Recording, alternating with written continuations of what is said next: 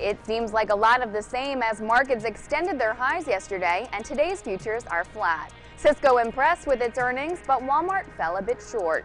How long can the trend remain our friend? I'm Brittany Umar, and the morning call starts right now.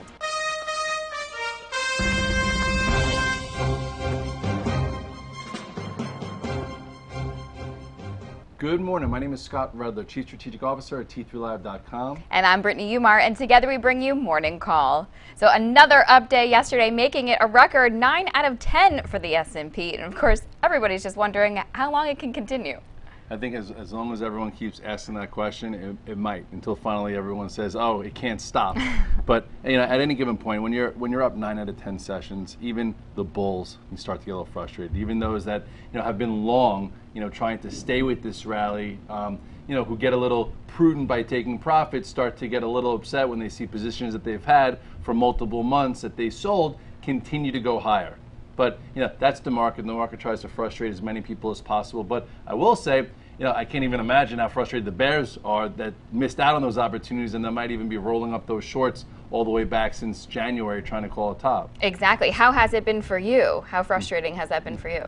Well, I've been trying to stay with the rally, and I think on average I've had between 6 to 9 longs since that November bottom. At some points I'm in tier 1, tier 2, tier 3. Some points, I'm in less. I've actually even went to cash a few times at the key pivots where I wanted to figure it out. But now I find myself with only like 3 longs. Yesterday, I'm Evan Lazarus, Chief Knowledge Officer for T3Live.com. Like that guy, Evan, who you just saw, who here and there, tries to be short, but he had a really good trade in Tesla a few days back. But anyway, I've been just trying to stick with the trend, trying not to fight it, but even trying to do that has not been the easiest. So with that said, if you're not feeling it and you feel like you're, not in the groove, just don't do that much and don't dig a hole for yourself and wait for a more conducive setup that could, play to your strengths. Yeah, it's funny how it's been frustrating on both ends for everybody. So what levels are you watching right now? Well, the levels have been what's been keeping people out of trouble, because out of those 9 out of 10 sessions, or since that jobs move that we saw a week or so ago, we have not closed below a prior day low once. So even with all the talk about the Fed paring back its stimulus and reducing the pace of purchase, the market is taking it in stride. And if you look here at the chart of the SPX, you will see, this gradual trend since the red dog reversal back in November. It was tested once here when we hit the 50-day, and we're well extended from that. This more recent accelerated trend line that I think a lot of traders like myself try and follow, still intact. Here was a jobs last move above 1597, and then we went sideways for a few sessions. This was the move that might have been induced by Pepper or Tepper, and then here was yesterday's move that continued. So now you have a high here of 1661, and let's see if we push through and create a tail, or if we continue. But at this point, it doesn't pay, or it doesn't hurt potentially to do a little less. Especially if you feel like you're just fighting it and have short on the brain. Right, and Tepper, as you mentioned, saying that he's definitely bullish on stocks. So if the rally continues and money continues to rotate, there are potential opportunities out there. Maybe we have to look a little harder for them, but they are out there, maybe in sectors that have lagged, like the refiners. Yes, and it feels like every time we get to a tail end of a rally, I look towards these two groups, and they haven't been able to sustain a move, but they're getting tight. So if we do continue, money's going to come and try and find other opportunities. So if you look here at the OAHs, you're starting to see a better pattern. Okay, you had this descending channel here where we broke above, and this happened in late April, and since then we've been hovering higher. So really, this about 44.67 to 45 is that breakout area. You can see it a little cleaner on the weekly chart. The weekly chart, you'll see here, we failed at this resistance many different times, but here we are. The longer we hold, up here, hold higher, the higher the probability we finally break above this 45 and potentially see a move to 47 to 48.5, and that could be something for traders to do if the market doesn't, pull in. Well, let's check in on some names within this group. Names like Valero, which has been in a descending channel since March 5th. Does it look like you'll be able to break out of that? It looks like it's going to try, and when it does create a new trend, then it's something to go to. And if you look at VLO, you'll see it's definitely a laggard, not leading the market. You have stocks at highs, and this one has been in this downtrend that every time it's touched this descending channel here, it's failed. Got here, failed, didn't even make it there. This time opened above it and failed, and now here we are again. So if it could finally push through just say 40 and hold above it and go sideways a bit, maybe that's something that you could feel comfortable buying that's not too extended. What about Tesoro, also in a downward trend line? Where do you think it might bring in some buyers? This one is a little stronger. It's closer to the 2013 high, so this one could lead potentially Valero. So if you look here at TSO, you will see that I actually like this pattern a little bit better. It's above its moving averages. At least you have 3 higher lows in place. You have a higher low, or here's the low, a higher low, and you have a resistance area that could be the action spot to get in motion, which is about 58.25. So as long as it stays and maybe goes sideways here, you could see a clean move above this, and that could be an additional cash flow trade for traders out there. Now, how about Exxon? Had pulled into its 21-day but held it and then had 2 up days. So how strong does this one look to you? This one, Chevron, I looked at the other day, it made new 2013 highs, so I was thinking, why wouldn't Exxon? So first you look at Chevron, see how that's doing, and you'll see that this one made a new high, and then with the oil number yesterday opened down a little bit, but seems fine. You look at XOM, you look at these mega caps, and these mega caps are where a lot of big money's trying to hide. So here's a very big resistance. Okay, here's where it held the 21-day. It's coming back up. So if you wanted to be in a tier 1 here and the market continued, it starts taking out 91.65, and this is a candidate to take out the October highs. So all in all, it is a laggard, but it's a huge name, and it's a huge name that has a dividend and people want to own at some point. Well, there are other sectors that have lagged that we could find potential opportunities, like the ags. We're going to go in the trenches with some of those names right after this quick commercial break. I'm Evan Lazarus, Chief Knowledge Officer for T3Live.com. You don't become a great trader by watching videos and taking courses. You become a great trader through live screen time. Accelerate that learning curve by tapping into the experience of seasoned professionals. Currently, we're offering 5-day free trials to each of our 4 mentoring rooms. In the mentoring rooms, we teach our strategies in the context of the live market. To sign up for a free trial, go to the T3 Live education page, fill out the form, and get started when the next trading session begins. We hope to see you in one of our mentoring rooms. As we said with the refiners, there are lagging sectors out there where there could be potential opportunities, like the ags. Where do you see a potential setup within the ag ETF? Well, the moo, which is a very funny name for the ags, moo, the cow, for the ags. Anyway, again, just like technicians, we have names that reflective of the potential group so we don't forget them. So if you look here at this ETF, you'll see that you had a really nice move above this descending channel. It pushed up, and now it's been holding higher. So this is acting better for this group. So I would say if you wanted to just go with some exposure there, if it were to get above, just say this 55.25 with some kind of authority, it could make a move back to the old high. So if money wants to rotate, this is a laggard group, but it is acting better. We actually saw Monsanto break out yesterday at 108.63 after consolidating at highs for about a week. So being as it closed at highs, are you expecting continuation today?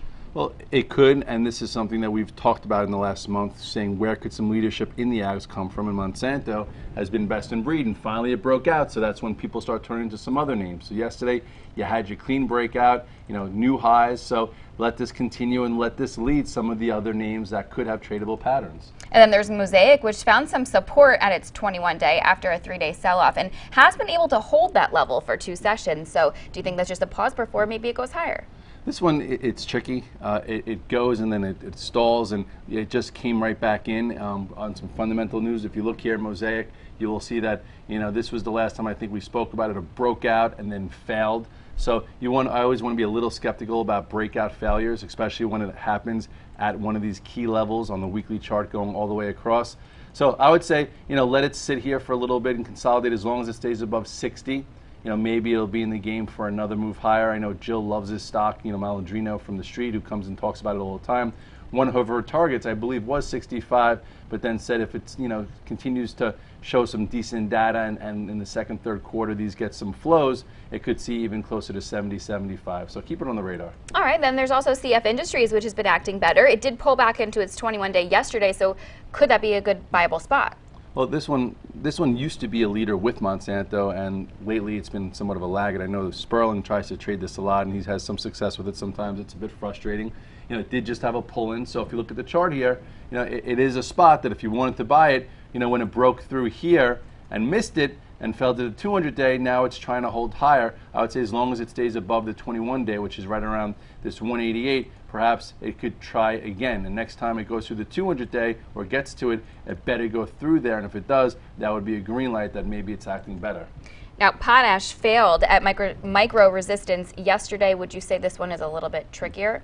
Well, this one a few years back, it couldn't do any wrong, and then it just fell off the radar, and recently it had a gap up about 2 months ago, and it's been trading so much better. And if you look here at potash, you'll see that this was that gap up. You had actually a small igniting bar down here, okay, and then you gapped up, and we talk about gaps, how gaps could lead to bigger moves. Well, this had a nice gap up, and it's continued. So it did fail at micro resistance, but it's still holding above the 8-day, holding pretty well. You look at the weekly chart of this, and the weekly chart is telling you that if it could finally break out above this intermediate range, you really don't have much resistance up until about $50. So overall, you want to look at laggard patterns, which is what these ags are. If they do get flows, which has been the theme of the market rotation, this one looks like it's in the game where it can get close to 50. All right, let's do some quick hits here. Get in some other names like Visa, looking good. Closed on highs yesterday. Above what level might we get some continuation? I would say above yesterday's high, but just be a little careful. I know I've been long this for a few days, and every time I've tried to add at breakout levels, it comes in before it goes up. It's not the easiest trader, but if you're an investor and you've been riding this trend, congratulations. It looks strong. This and MasterCard are winners. It's just if you're trading it, just hold it and let it go. And Walmart broke out to a new all-time high yesterday, finishing up nearly 1.4%. So being as it's now at historic highs, what are the levels to watch? Well, it came out with earnings this morning, and it was funny that it broke out before before the earnings. So It always makes it, for me, I don't hold it into earnings regardless. But if you were someone saying, oh, I guess if someone knows something, it's going to be great earnings. Look how it broke out at this upper level. Today it's down a few percentage. You're like, uh-oh, what now? So I would see if they give it a pass right now. This is pretty important. If it can't hold above 78.65-ish, it could see this area real quick.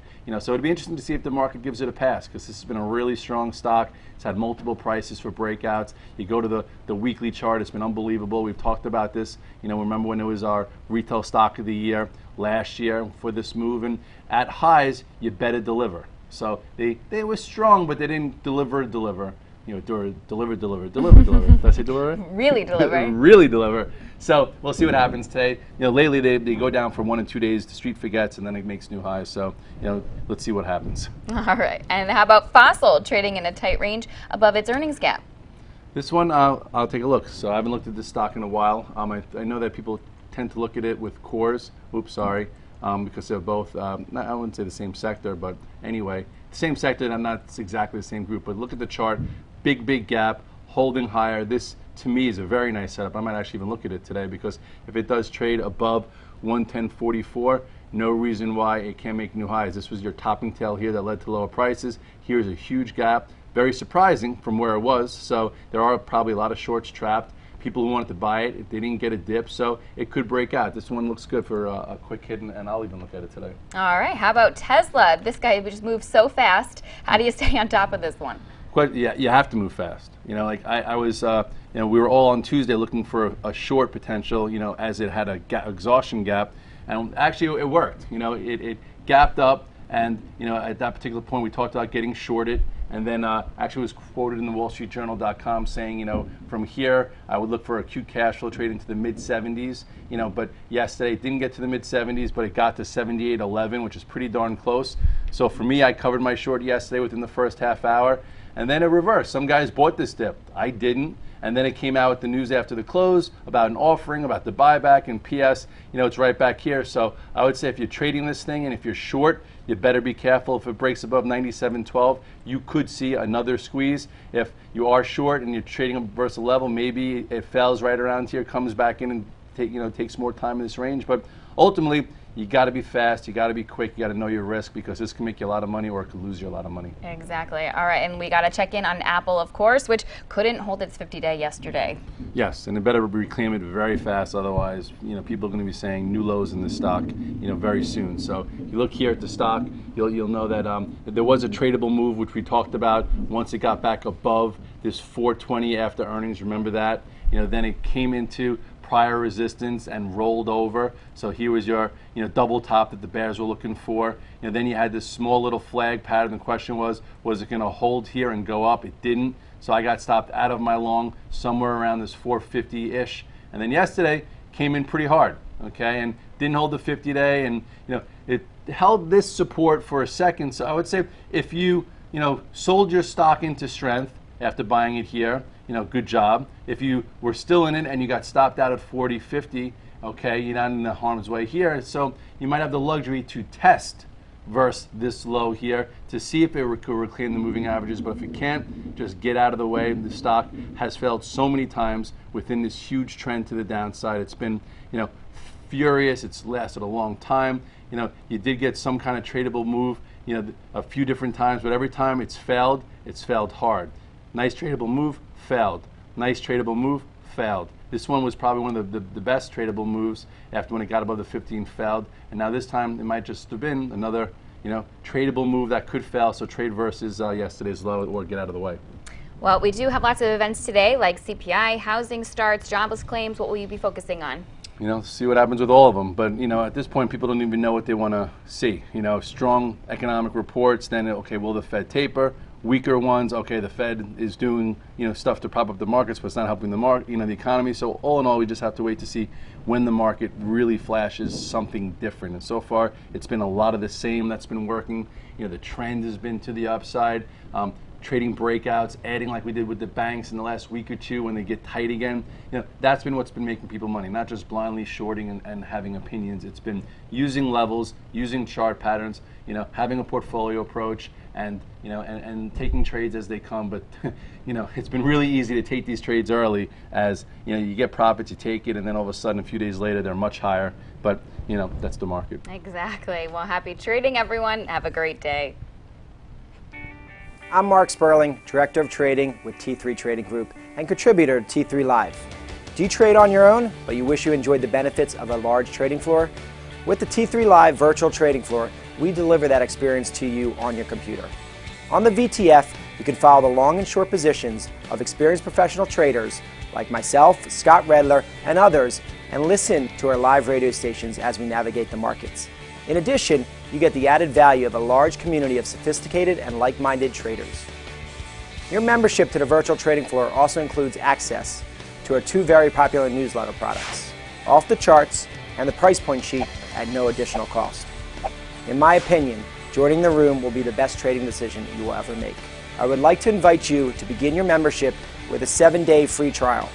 To get started, visit t3live.com and click on the Virtual Trading Floor tab. Have a great day, and I look forward to seeing you in the VTF.